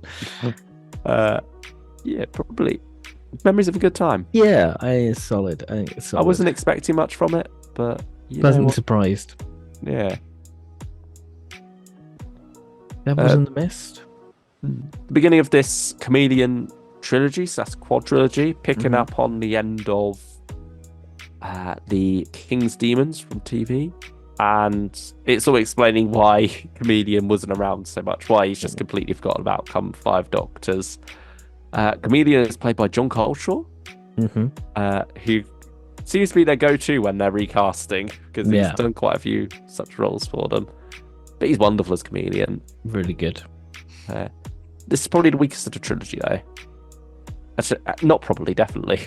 Yeah. I'd say it's And You Will Avoid Me. I'd say it's sort of middle personally, but I'll have to put it in Avoid. I don't mind middle. I think looking at what's in there, I think it belongs there. Nah, that's fair. I'm just looking at the And You Will Avoid Me tier. Like the last 6 of them are 7th Doctor. Yeah, you can see how rough it was. Black Friday. Thursday. Oh, Black Thursday. Oh, sorry. Yeah, it's not a sale. Black Thursday / Power Game. You got pure historical, kind of. Yeah. Because you got Chameleon in there, so it sort of muddies the waters a bit there on what pure historical is. But yeah, and Power Game, which is 2 very different style stories thrown together here, which is nice. You like a bit of variety. Some human tragedy in there. Yes. A mining disaster in Wales. And then sort of like a game show gone wrong with Power Game. But I think this is where you notice the flaw in what they're doing. Yeah. You're sort of picking up on the fact that, Chameleon's just a bit of a... He's easily influenced by outside elements. Yeah. He's certainly cocking things up a bit. Probably Memories of a Good Time. Yeah, I'd say that. Yeah. Chameleon Empire is brilliant. This is the strongest trilogy. So fan service. So fan servicey. Yeah, but in a way that works. Yeah. Feels very 80s. Very much like the weird 80s, your Warriors Gate style of 80s story. I mean, I think it's just the main crew and then one other cast member. Christopher Naylor? Yeah. Probably Story Beauty. Yeah, I was thinking it's got to be up there. Really good. God. Mags.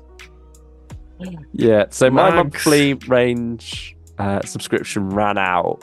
I think Devil in the Mist. I went back and got Black Thursday and Power Game, Chameleon Empire. But it didn't start up again until Memories of a Tyrant. I skipped out on this one, so this is all you. I think the general consensus amongst Big Finish people is that this is the worst trilogy. And you know what? I'm normally like to support the underdogs, but frick me, this is rough. You're kicking the underdog this time. Oh god, it's all there. It's so conflicting with the ideas. Like, does Mags want to lose the Volpre nature of her, or does she want to embrace it? It's this inner conflict that doesn't seem cohesive between the writers. It's so rough. It's just sheer hell, quite frankly. So avoid at all possible. Memories of a Tyrant, though. Really this is a beautiful story. Like, it's exploring these wonderful concepts of why we punish people, why, the prison system and such, or just justice in general exists. What's it for? And I think, it has some wonderful things to say about that. So, Story of Beauty, I think. Yeah, definitely. Emissary of the Daleks. Another banger. Yeah, just something about 6th Doctor Perry and Dalek seems to work. It's a good combo. Yeah, it's younger Perry now, not older Perry, but probably, maybe another Story of Beauty. Yeah, I think Story of Beauty. It's just such a strong romp. Again, it's almost like the summer blockbuster. It is. It's replicating that. Members. Yeah. I love it. It's such a fun story. Interesting moral dilemma in there as well, sort of akin to Day of the Daleks. Yeah. You've got this planet that's under Dalek rule, but people are sort of allowed to live their lives as normal. But yeah, there is a cost to the rest of the galaxy. There's sort of an obvious twist within it, but you know, I don't mind. Harry Houdini's War, again, I think same tier. Yeah. No, this is a very. It's an interesting one. It's an interesting one. Yeah, there's sort of right from the first second. There's something odd about it. Yeah, if you isn't it the know how Big Finish? Yeah. If you know how Big Finish usually handles the Sixth Doctor and Perry, younger Perry stuff, then you might be thinking, wait, have they cocked up here? No, they haven't. They know what they're doing. Oh. Just wait and see why. Because, it makes for an interesting trilogy. Closing out on that one. And also, Harry Houdini is so wonderfully played referenced. by Doctor Who. It's wonderful to have him there and have it be at a time of his life where he wants to get involved in the First World War. Yeah, you got some German soldiers up to no good as well. Tartarus, though. Brilliant. These two releases both came out in September. We sort of dived straight into this one because, you know, Fifth Doctor was going so strong at this point, and this kept that up. Yeah, probably another story of beauty, I think. Yeah, I think it's a brilliant one. It's introduces us to Mark. Great sort of quest adventure. Yeah, you got some a lot of Greek legends within there as well. Yeah. And it's a two-parter. Yeah, also, 45 minutes. Yeah, each part. So it flies by quite nicely. Yeah, and then the trilogy continues, or quintilogy. Is it quintilogy? Is that what you call it? I'd say so. Yeah. Because you've got two-parters in one here, this double bill. Interstitial and Feast of Fear. Feast of Fear is very strong. Interstitial's rough. So, yeah, so I'll probably go middle. Yeah, I'd agree. But then the end strong. Warzone and Conversion. Yeah, they are stories of beauty. Yeah, really good stuff. Yeah, and this really plays in with the loss of Adric, I would say, quite a lot. I mean, the whole trilogy's going in that direction, and all of the Mark stuff ends up heading there eventually. It's all coming to a head with it. But yeah, facing the Cybermen, the 80s Cybermen again, with David Banks reprising the role. It makes for some wonderful moments. One in particular where Tegan asks the Doctor if he even liked Adric. Which is answered on the postcard. Blood on Santa's Claw. This, I was hoping for something a bit different when I first saw the title. I won't lie. Yeah. But I think you quite like this one. I revisited it, and it's better. It's got better, but I it's not strong, but it's middle. Yeah, I think it's middle. Dark Universe. I'm not too keen on this one. I think it's all right. I think it's middle for me. I'll allow middle. Go on, middle. Psychic Circus? I mean, the 11 Mark Bernard is brilliant within it. It's one of his best performances. Yeah, if not his very best. But yeah, overall, it doesn't do that much for me. Psychic Circus though. Don't like. Yeah, it doesn't do much for me either. Daylight Robbery. Yeah. Subterfuge. It's okay. Probably strongest of the trilogy for me. Yeah, I'd agree. I'd say Memories of Good Time. This was the final release before we went into lockdown, March 2020. This is sort of like a funny little era for us where we were trapped inside. We had more time to listen to Big Finish. Mm-hmm. And also it affected production as well at Big Finish. So some of these wouldn't have happened if it wasn't for the lockdown. The end of the monthly range might have looked somewhat different. Yeah, Shadow of the Daleks, we're looking at you. But yeah, Cry of Ultras. really good. It's a banger. Best of 2020 in terms of everything, I'd say. I don't know, 2020 has got some other strong ones coming up. I think this is my favorite of the 2020. Yeah, probably Story of Beauty. Yeah, I'd agree with that. I think. Looking at what we've got, I think there's at least one more top tips. I think I know which one it is for you. Scorched Earth, another Really very good. strong one. I'd say Story of Beauty again. Yeah, I think this is great having the conflict between Flip and Constance because they're both from different times, and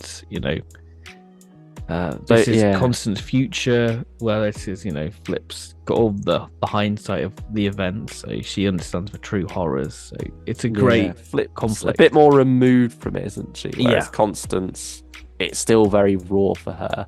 The end of the Second World War. It's exploring what a lot of the French people did to those who collaborated with the Germans during the occupation, the retributions that they saw fit to dole out to them, and how horrific a lot of that was, but at the same time how in some ways you could see the justification they have as a people feeling very wronged by the last couple of years.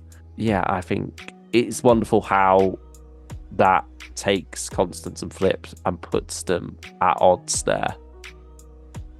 And you can certainly see both sides of it. But in the end, it is a story about forgiveness. Lovecraft Invasion, weakest of the trilogy. Yeah, I'd agree. Probably middle. Yeah, it's not bad. But it's not anything to write home about either. Time Apart.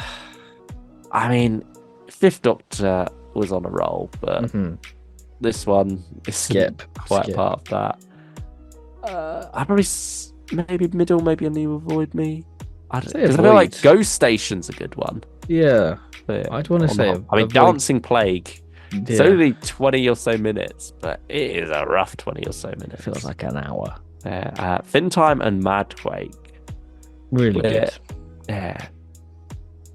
Time Apart's technically part of the Mark stuff as well. But skip it. Avoid it. This features a very fun cameo. I'd probably say Memories of a Good Time. I might even go above Memories of a Good Time. Really? Yeah. I'd say, Stories of Beauty. Oh, go on then. Davo. I think it's wonderful the approach it takes as a double bill. The fact that you got a two-parter, which is purely Fifth Doctor, and then a two-parter, which is Dr. Light, instead focusing on what the companions are up to at a time where the Fifth Doctor has decided to leave him behind a bit, just have some time by himself and clear his head. I rather like that choice, and I think both stories are very strong and do some interesting things. Both stories here that do very different things in that you one have better than the other. The worst story of the year, perhaps, in The Flying Dutchman. Easily. And then one of the very best in Displaced. I absolutely love it. But it pains me because it's paired with such a bad one. So rough. Yeah, probably. I feel like it's middle just based on that, but it pains me to say that it deserves to go that low because it has such a strong story in it. Shadow of the Daleks now. This is sort of anthology, but they're all linked. This has the best story in Shadow of the Daleks, I'd say. Yeah. The bookshop. Is it the third one? The bookshop at the end of the world. Yeah, by Simon Guerrero. Yeah, so this was all sort of produced in lockdown with a limited cast, and so each different story features the same faces over and over again. And it's one of those ones where they started by writing a finale and then building their way up to it. But the finale itself in Shadow of the Daleks 2 is quite underwhelming. Yeah, isn't anything great, so it sort of lets down the whole series up to that point. But there are some strong episodes within it. Sadly, because it's still building up to that finale where everything's revealed, none of the episodes really get to reveal that much in their own right. Yeah.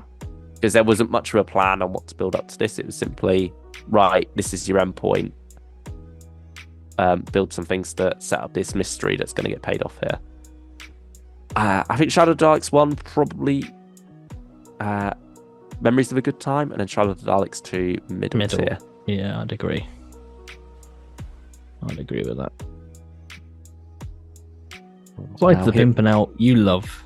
Oh, I absolutely love. Actually, yeah, I'd say top tier for this one as well. Really? It is wonderful. It is good. It is good. I'll give you that. Yeah, it set during the French Revolution, where someone is snatching people away before the guillotine can get to them. But yeah, who that person is, well, if you know the story of the Pimpernel, you know.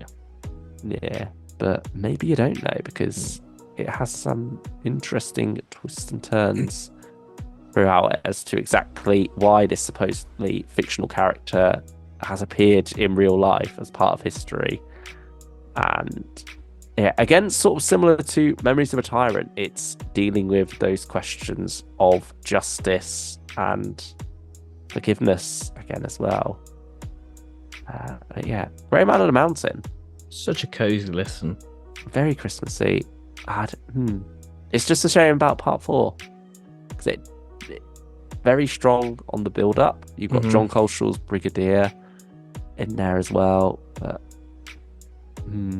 where would you go? I'd be tempted by Stories of Beauty. Yeah, I'll say I won't stop you because I do think it's even when part 4 lets it down slightly. I've had a good time with it. Up there. I don't feel like it's a bad end. It's just sort of like not quite on the level of the story up to that point. This is a bad end for Colin. Yeah. Colin had his last great story in Flight of the Pimpernel, and then this is the beginning of the downfall of Colin. Yeah. Which sort of carried on after the end of the monthly range. Constance is out of character. It just feels so far removed from what we've had before. I love the cover, how that cover's feels like great. A callback to early Big Finish covers, though. But yeah, and you will avoid me probably for this one. It's doing a bit of setup for the second Doctor Adventures as well, but I don't know if that quite works. This is top tier. This is a siren of quality. This is the last top tier. Yeah. This is Big Finish does Chernobyl, really. Brilliant. Chernobyl in space. So brilliant. Instead of a reactor meltdown, it's something a bit more temporal. And yeah, it all goes wrong. You get to explore Turlough's character rather nicely. Plays with his cowardice brilliantly. Yeah. And also how alien the Fifth Doctor and Turlough are. You know, they always get to judge humanity from an outside perspective in this story, and they certainly see the worst of humanity throughout this one. My goodness, just pick it up. You won't regret it. Yeah. And Violet Hardacre, one of the most despicable beings ever. And yet a very real... There's certainly a lot of Violet Hardacres in real life. Sadly. Especially in politics. Yeah. Well, yeah, that's where you'll find them. Exactly. End of the beginning. Here we go.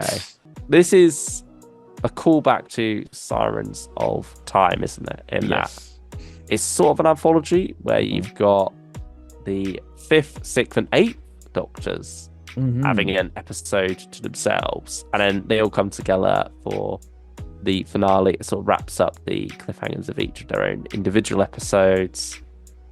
Probably goes by a bit too fast. Yeah. I think the first episode with the 5th Doctor and Turlough, great, very strong. 6th Doctor episode, weakest. Yeah, weakest. Like we say, downfall of Colin. The 8th Doctor, Charlie and Vampires. I love that one. A lot. With Highgate. Yeah. 90s vampires though. Yeah, it's very 90s. I love that. But actually it's technically set in 2000, isn't it? But it very much has that, you know, Buffy 90s feel. Yeah. It's going for that style. And then how it all comes together at the end is fun but a bit rushed. 7th Doctor makes a little cameo as well, because this was at a time where McCoy wasn't recording. No. He was recording a lot. His availability was a lot less. He was trapped in France. Yeah. Yeah, probably memories of a good time. Yeah, I think that's place to put it. Yeah. And that is it. I've done it. That is all. Well done. 75 releases put on a tier list. I don't Give think we're going to do ourselves a pat on anything the back. bigger than that. No. Unless we do all of Doctor Who. No. I think we've learned our lesson. I think we can do classic seasons. I think that might be the next thing we can do. Yeah, maybe all classic seasons or something. Who knows? We've still got to do the 2023 tier list as well. Yeah, we'll get to that. There are more tier lists for us to do. But this has been our biggest one so far. Our biggest one for a long while, I think. Yeah. The monthly range, main range, monthly adventures, whatever you like to call it. All 275 of them put into a tier list. Admittedly, some in the not heard category, but we're only human. There's only so many hours in the day. It's not that bad, to be honest. I think, considering how many there are, I think we've done a fair portion of it. Yeah, I think there's a good spread here. A lot towards the middle. Yeah. Certainly, Memories of a Good Time, slightly above average seems to be the place. The main range has a lot going on. But I think, we got a lot towards the top as well. Yeah, I think we've been quite sparing with the top tier, and I think that shows the quality. Yeah, I think sometimes you've got to be a bit harsh when it comes to what can make it into the top tier, because only the very best deserves to be up there. And I think we have achieved that this time. So if it's in the top tier and you haven't got it, I highly recommend that you go pick it up. I say this, I've not got half of them in the top tier. That's true. I mean, so if maybe you were I to should recommend one, what one would you recommend? Masters of Earth is called to me. Because it's one of my first ones that I picked up. And so, it feels right that I recommend that as a jumping on point. Don't necessarily worry about it if you haven't got The Widow's Assassin. So I still feel like it works well enough on its own. Like, I listened to it before I went back and got Widow's Assassin to complete that trilogy, and I wasn't lost at all. You just need to know the context of it's an older Perry set after Trial of a Time Lord, where they're traveling together again. This is their first journey since. What about you? One to recommend. What would it? Someone can only pick up one Big Finish, and that's it. No more for the rest of their lives. I know which one. I don't know why I said lives then. I know it's Time Lord. That's other lives. I'd want to say I'd go Spare Parts. I'd be a bit obvious. I think that's a good jumping on point. We've got a Dalek, so I'll go Cybermen. I'll go Spare Parts. There we go. Yeah. It's the obvious one. It's the one people were saying back in 2014 when we started. But I think it's still for a reason. Yeah. Very much so. I think you've got it on vinyl, haven't you? Yeah, I've got it on vinyl. There you go. That shows how much she loves it. Because those vinyls were not cheap. They weren't cheap, but I did get it on a sale. But it's fine. Still, it was still like 60 quid, which is a lot. Still wounded you wallet a bit for a full parter. But worth it. Nevertheless, that is our monthly range tier list completed at last. We've been talking about this project for a long while now. Thank you for those who have been patiently waiting since we first said we were going to do this. We know it's taken us some time to get to, but can you blame us? It's a lot. Yeah, hopefully it's been worth the wait. If you're still watching this video, because it's a lot of runtime on this one. Yeah. Thank you for sticking with us. Again, please leave a like. Subscribe to the channel if you haven't already and you want more content. Probably not quite like this. I feel like this video is somewhat unique. But plenty of Big Finish. Look, some more in-depth Big Finish videos. Individual reviews and such. Throwbacks. News. Monthly recaps, roundups. Yeah, we've got a lot going on the channel. Yeah, plenty to come in the near future. But that is the monthly range. A staple of Big Finish from 1999 to 2021, and it's possibly being revived with individual releases. That's a future video talking about that. But yeah, that has been 275 Big Finish stories tier listed. Thank you all for watching. We'll see you next time. Bye bye. Goodbye, everyone.